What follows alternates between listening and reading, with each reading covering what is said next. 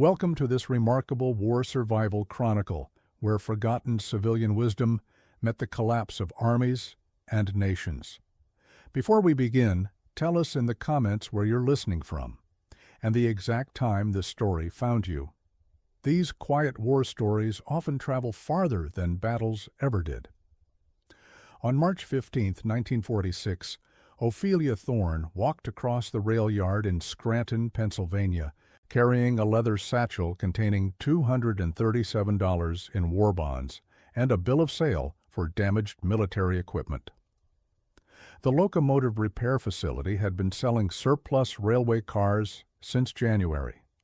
Most buyers wanted functional freight cars or passenger coaches for private rail lines. Ophelia wanted car 4471B, a former troop transport that had taken shrapnel damage during its Atlantic crossing in 1944. The war had ended 8 months earlier, but America still struggled with the logistics of demobilization. Millions of service members had returned home to find housing shortages, job competition, and families changed by 4 years of separation. The government sold military surplus through regional disposal centers attempting to convert weapons of war into tools of peace. Railway cars, aircraft engines, field kitchens, and construction equipment flooded civilian markets at fraction of their original cost. Car 4471B sat on a sidetrack among dozens of similar vehicles, each tagged with disposition codes that determined their fate. Some cars would be refurbished for civilian passenger service, others would be stripped for parts or converted to freight haulers. Car 4471B carried the classification DMG-DS scrap, indicating structural damage that made it unsuitable for railway service but potentially valuable for stationary applications. The car showed its wartime history in every surface. Olive drab paint, applied in hasty coats at military depots, had faded to a mottled gray-green. 3 windows on the north side had been boarded over with marine plywood, secured with carriage bolts that showed rust stains. The roof displayed patches where military mechanics had sealed shrapnel holes with canvas and tar. Black stenciled numbers and letters marked loading capacities, route assignments, and inspection dates. Ophelia had researched railway car construction during the winter of 1945-46, spending hours in the Scranton Public Library reading technical manuals and transportation regulations. She learned that military passenger cars were built to higher standards than civilian models, with reinforced frames, improved ventilation systems, and standardized components designed for rapid maintenance under field conditions. These features would prove essential for her planned conversion. Her late husband Lysander had been killed during the Normandy landings on June 8, 1944, 2 days after D-Day. His unit, the 116th Infantry Regiment, had faced determined German resistance while advancing inland from Omaha Beach. The telegram announcing his death had arrived on June 23, followed 3 weeks later by his final letter, mailed from a staging area in southern England. He had written about the crowded troopships, the long train rides through the English countryside, and his confidence that the invasion would succeed. The letter contained practical observations that would later influence Ophelia's survival strategies. Lysander described how soldiers had learned to sleep on hard surfaces, share limited resources, and maintain equipment under difficult conditions. He wrote about improvised heating systems using small stoves and portable fuel, water conservation techniques developed during extended field exercises, and the importance of systematic maintenance routines for equipment reliability. After receiving notification of Lysander's death, Ophelia had sold their house in town and purchased the rural property where she would position the train car. The farm included 12 acres of mixed woodland and pasture, a hand-dug well, and the abandoned spur line that had once served a grain elevator. The property cost $420, paid from Lysander's military life insurance and war bonds accumulated during his service. The interior of car 4471B measured 62 feet in length with bench seating designed for 86 soldiers in full equipment. The benches were constructed from 2-inch oak planks supported by iron brackets bolted directly to the floor frame. Each bench could accommodate 4 men with their packs, rifles, and personal gear. The spacing between benches allowed for movement during long journeys but maximized the use of available floor space. Military specifications had required that the car's electrical system operate on both 12-volt and 24-volt power, enabling connection to locomotive generators or portable military power units. The wiring, protected by metal conduits, remained intact despite the shrapnel damage. Original light fixtures, designed to withstand vibration and impact, hung from reinforced ceiling mounts. These fixtures would provide the foundation for Ophelia's improvised electrical system. The flooring consisted of tongue and groove pine boards, each piece 3 inches wide and 1 inch thick. Military construction standards had required that all wood be treated with preservatives and fire retardants, making the flooring remarkably resistant to moisture and insect damage. Some boards showed warping from temperature changes during ocean transport, but the structural integrity remained sound. Ophelia completed the purchase on March 22, 1946, paying $42 in cash and signing transfer documents witnessed by railroad officials. The Pennsylvania Railroad agreed to transport the car to her property using their industrial moving service, a specialized operation that involved temporarily installing portable track sections across public roads.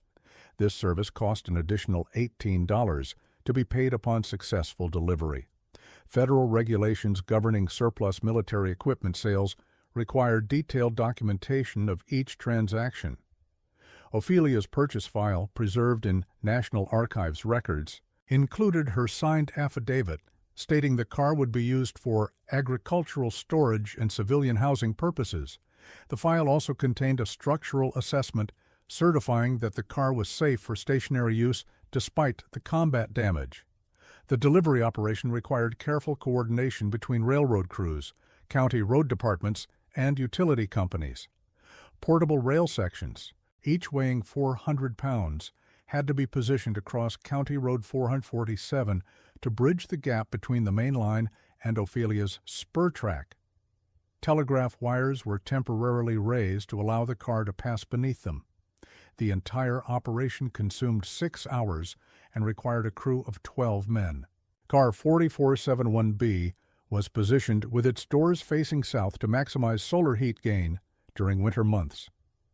The car's longitudinal axis aligned with the prevailing wind direction, reducing structural stress during storms. Railroad crews used hydraulic jacks to level the car precisely, then installed concrete blocks as permanent support points. These blocks, poured on site using materials purchased from Hartley's Hardware, would prevent settling and provide stable foundation support. Conversion work began on April 8, 1946. Ophelia removed every third bench to create living space while preserving the remaining seats for furniture and storage. The removed benches were disassembled carefully with the oak planks reserved for shelving and work surfaces. The iron brackets were stored for future use in mounting equipment and creating support structures. Installing the wood stove required precise engineering to ensure safe operation and code compliance. Ophelia purchased a surplus Army field heater model M1942, designed for barracks heating and field kitchen applications. The stove measured 18 inches square and 12 inches high, with a firebox capable of burning wood, coal, or military heating fuel. The unit included adjustable dampers and a built-in ash pan for efficient operation. The chimney installation proved challenging due to the car's curved roof and existing structural damage. Ophelia cut a circular opening 12 inches in diameter, positioning it to avoid load-bearing roof members and existing repairs. She fabricated a custom roof penetration using sheet metal and high-temperature sealants, creating a weatherproof installation that would withstand Pennsylvania's severe winter conditions. Heat distribution throughout the car required careful planning. The stove's central location provided even temperature distribution, but the car's length demanded additional measures to prevent cold zones. Ophelia installed reflective panels behind the stove to direct heat toward living areas. She also created air circulation paths using strategically positioned vents that encouraged warm air movement while preventing drafts. Water supply presented complex logistical challenges. The hand-pumped well, located 60 yards from the car, provided excellent water quality but required daily trips for household needs. Ophelia designed a gravity-fed system using galvanized pipes and a 200-gallon tank mounted on the car's roof. The tank, painted black to absorb solar heat, provided enough water pressure for a small sink and wash basin. The water system included several innovative features based on military field engineering principles. Check valves prevented backflow when the tank was being filled. A bypass system allowed direct hand pumping during tank maintenance. Drain valves at the system's low points enabled complete water removal during freezing weather. The entire system could be operated and maintained by one person using simple hand tools. Electrical service required creative solutions due to the property's isolation from power lines. Connection to the regional electrical grid would have cost over $300, exceeding Ophelia's available resources. Instead, she purchased a 6-volt automotive battery and a small wind generator salvaged from an abandoned dairy farm. This combination provided enough electricity for 2 light bulbs, a tabletop radio, and occasional use of small electrical devices. The wind generator, manufactured by Wind Charger Corporation for rural applications, produced 12 volts and 15-mile-per-hour winds. Ophelia mounted it on a telescoping mast that could be lowered during severe weather.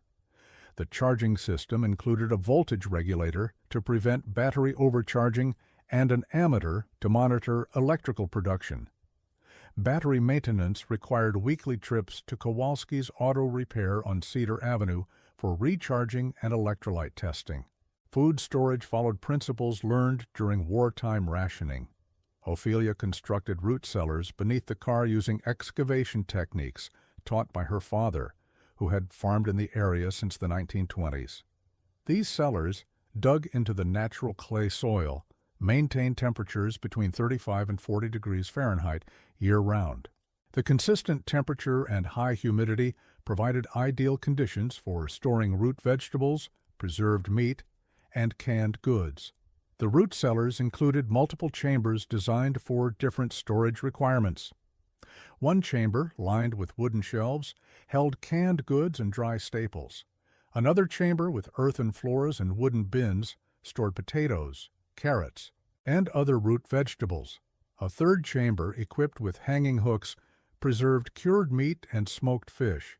Each chamber included ventilation pipes to prevent moisture buildup and maintain air circulation.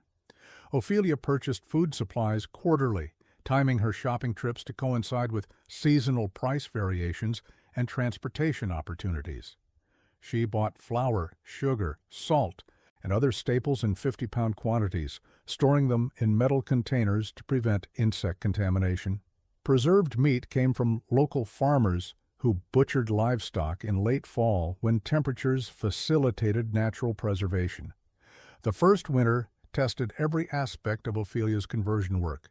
Pennsylvania recorded 37 days below freezing between December 1946 and February 1947, with snow accumulation reaching 18 inches by January 15th. The wood stove performed reliably, maintaining interior temperatures above 50 degrees even during the coldest nights. Fuel consumption averaged half a cord of wood per month, requiring careful management of the firebox and systematic ash removal. Wood supply came from multiple sources to ensure consistent availability. Local farmers sold seasoned hardwood for between $12 and $15 per cord, delivered in 2-cord loads during autumn months. Ophelia also purchased permission to gather fallen timber from nearby woodlots, spending 2 days each week during summer cutting and splitting wood for winter storage. This combination provided enough fuel for heating and cooking throughout the cold season. Daily routines evolved to maximize efficiency and ensure system reliability. Morning tasks included checking the wood stove, measuring water levels in the roof tank, and examining exterior surfaces for weather damage. Afternoon activities focused on food preparation, correspondence, and maintenance projects that required daylight. Evening hours were reserved for reading, planning future improvements, and maintaining detailed records of expenses and observations. But what few knew that winter was the extent of Ophelia's systematic documentation. She maintained detailed records in composition notebooks purchased from Woolworths, tracking daily temperatures, fuel consumption, water usage, and food costs. Each entry included weather observations, equipment performance notes, and ideas for efficiency improvements.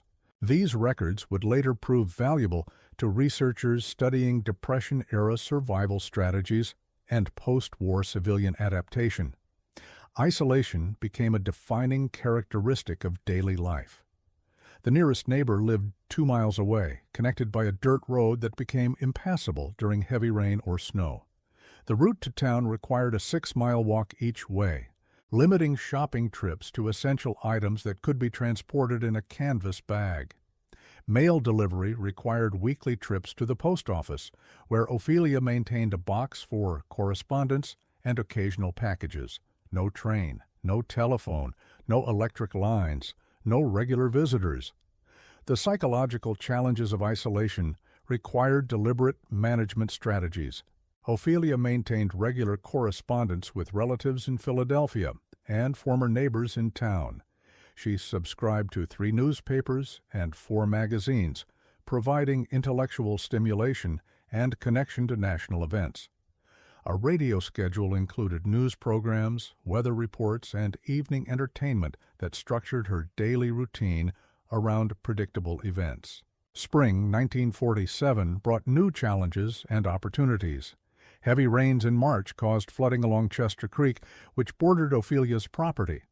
The train car, elevated on its track foundation, remained dry, but the access road became a muddy channel unsuitable for walking. Flash flooding isolated the property for 3 weeks, testing Ophelia's food storage systems and emergency preparations. During this isolation period, Ophelia made several important discoveries about her living environment. The car's construction had included features she had not previously noticed, including ventilation systems designed for tropical climates and storage compartments concealed within the structural framework.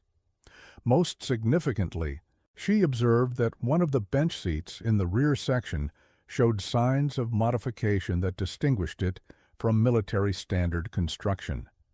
The modified seat appeared identical to the others from casual observation. The oak planking matched the standard military specification, and the iron support brackets showed the same oxidation patterns as neighboring seats. However, close examination revealed that the seat bottom was secured with different screws than those used throughout the rest of the car. These screws showed less oxidation and different tool marks, suggesting they had been installed after initial construction. Further investigation revealed that the seat bottom could not be moved through normal methods. Standard military construction allowed bench seats to be lifted for cleaning and maintenance access.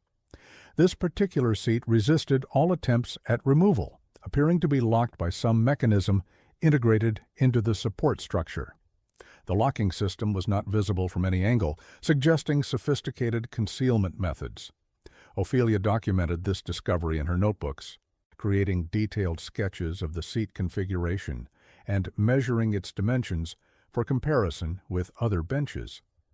She noted that the modified seat was positioned in the car's rear section, an area that would have been less visible to military officials during routine inspections. The location suggested deliberate concealment by passengers rather than official modification. Throughout 1947 and 1948, Ophelia continued refining her living systems based on experience and seasonal observations. She expanded the root cellar storage capacity, improved the water distribution system, and developed more efficient heating patterns that reduced wood consumption. The train car proved remarkably comfortable, with its thick walls providing excellent insulation and its elongated design facilitating air circulation during hot summer months. Living expenses averaged $18 per month during this period, including food, fuel, and maintenance supplies. This figure compared favorably to typical housing costs in nearby towns, where comparable accommodations required monthly payments of $25 to $30 plus utilities. Ophelia's self-sufficient systems eliminated utility costs while providing greater security and independence than conventional housing.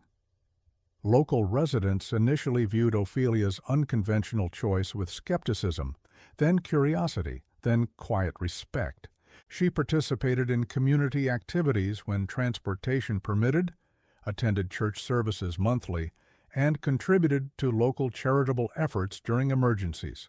Her reputation for self-reliance and practical knowledge led neighbors to seek her advice on food preservation, heating systems, and resource management during difficult periods.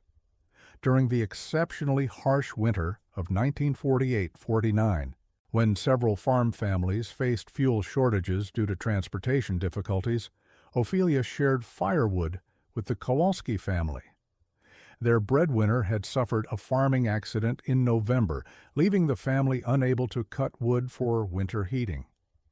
Ophelia's systematic fuel management had created sufficient surplus to assist neighbors without compromising her own security. The Korean War, beginning in 1950, created new economic pressures and supply shortages that tested civilian resilience. Rationing returned for certain commodities, and fuel prices increased significantly. Ophelia's established systems for resource management and storage proved invaluable during this period, enabling her to maintain stable living costs while many Americans faced rising expenses. Summer temperatures in 1952 and 1953 exceeded normal ranges, creating cooling challenges that Ophelia addressed through modifications to her ventilation system. She installed additional roof vents and created cross-draft patterns that moved hot air out of the car while drawing cooler air from shaded areas around the foundation. During the hottest days, she moved daytime activities to the root cellars, which remained comfortable, even when surface temperatures exceeded 90 degrees.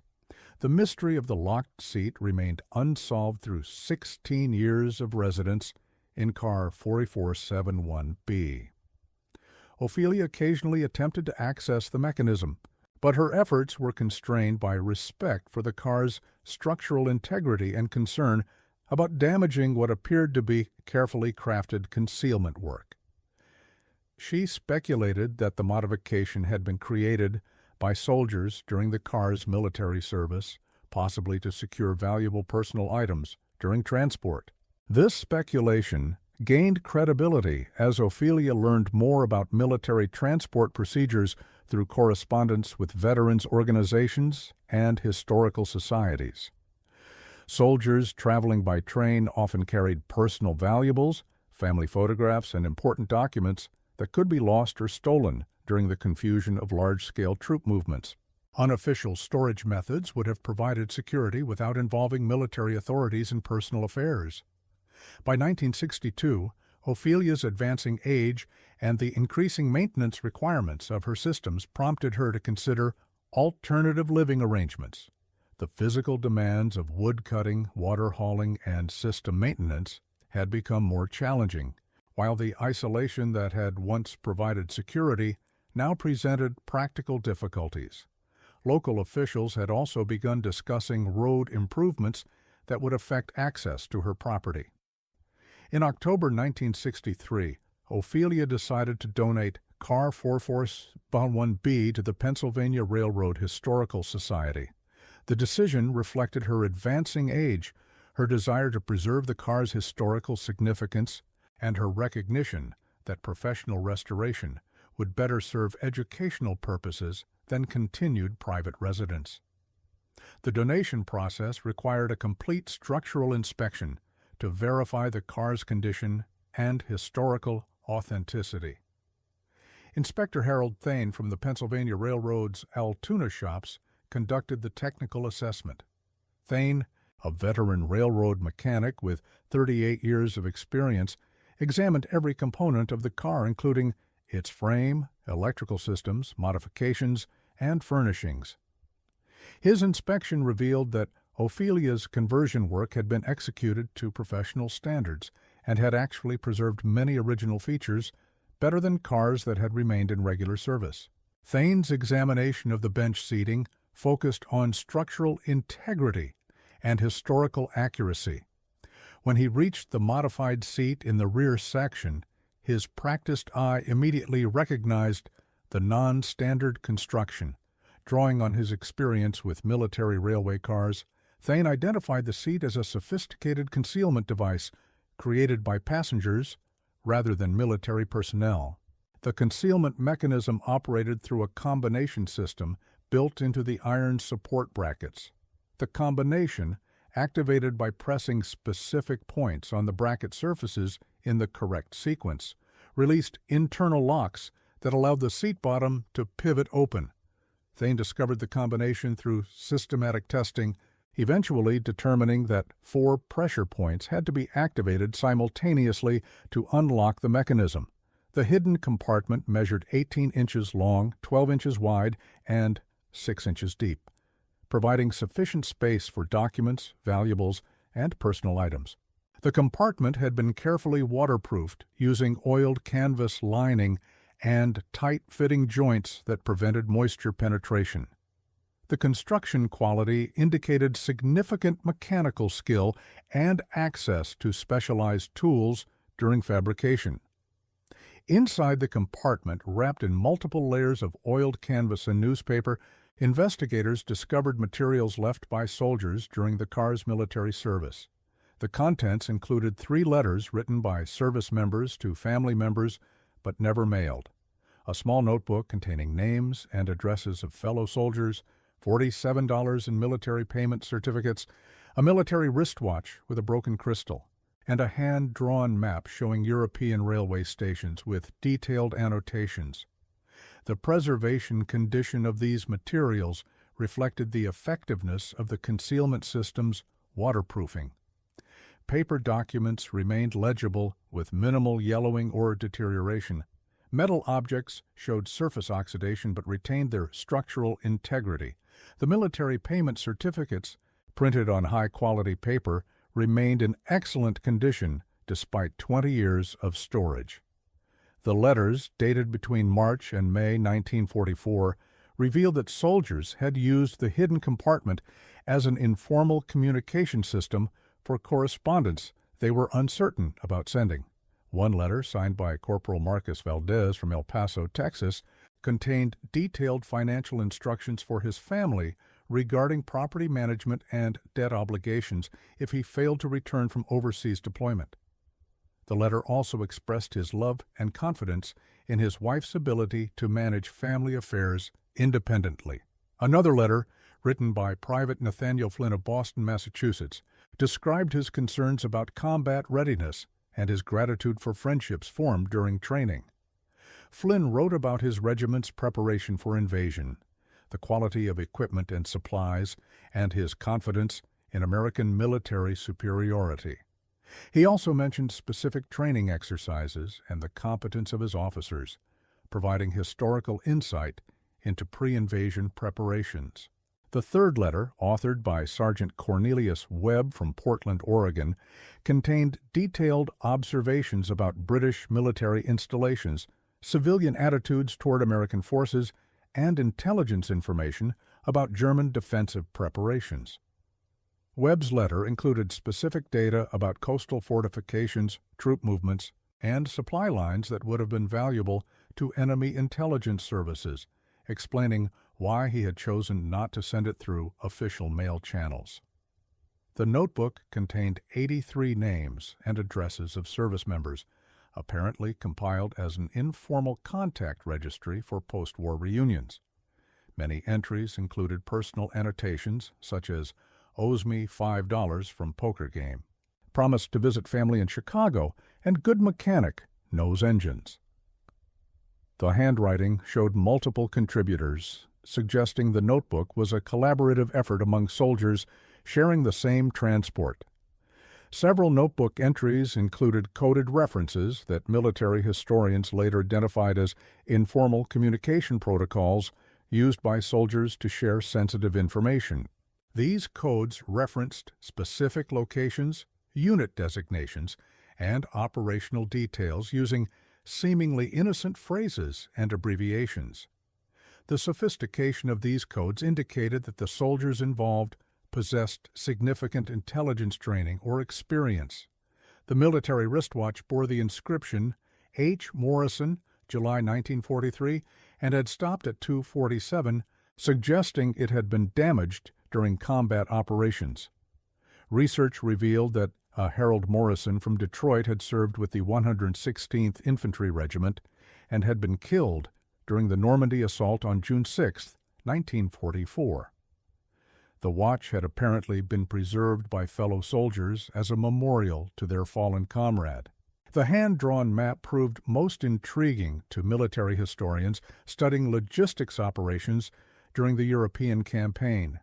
It detailed railway lines connecting ports in southern England to London, with specific annotations about station facilities, supply depots, and billeting areas. The map included travel times between stations, checkpoint procedures, and notes about civilian interaction protocols that provided valuable insight into pre-invasion preparations. One margin annotation, written in pencil, stated, "French railways completely destroyed south of Caen, confirmed by Air Corps reconnaissance June 6th. This notation provided confirmation of intelligence assessments that had remained classified until the 1960s. Other annotations included fuel depot locations, medical facility capacities, and communication link specifications that documented logistical planning details. Investigation of these materials consumed 18 months and involved cooperation between the Pennsylvania Railroad Historical Society, the Veterans Administration, and the Army Historical Research Center. Military records confirmed that Car 4471B had transported troops from Fort Dix, New Jersey, to the Port of New York for Atlantic crossing on May 23, 1944. The car had been part of Operation Overlord's preliminary troop movements. Attempts to locate the soldiers whose names appeared in the documents yielded significant results. Of the 83 individuals listed in the notebook, researchers located 26 veterans still living in 1965. These men confirmed that informal communication networks had existed during transport operations, with soldiers sharing information and maintaining contact lists for post-war reunions that, for most, never materialized. Corporal Marcus Valdez was contacted at his home in El Paso, where he worked as a mechanic for the Southern Pacific Railroad. He remembered the hidden compartment and confirmed that several soldiers had contributed to the notebook and letter collection. Valdez had survived the Normandy campaign and returned from Europe in December 1945. He had attempted to organize a reunion of Car 4471B passengers in 1947, but few men responded to his letters. Private Nathaniel Flynn had been killed in Korea in 1951, but his sister, Martha Flynn Morrison, contacted at her home in Boston, remembered her brother mentioning a train car brotherhood during his brief leave in 1945. She had preserved several letters from veterans who had served with Flynn, including correspondence from soldiers who mentioned the secret mailbox under the bench seat where we left messages for each other. The discovery provided remarkable insight into the informal support systems that soldiers had created during wartime transport operations.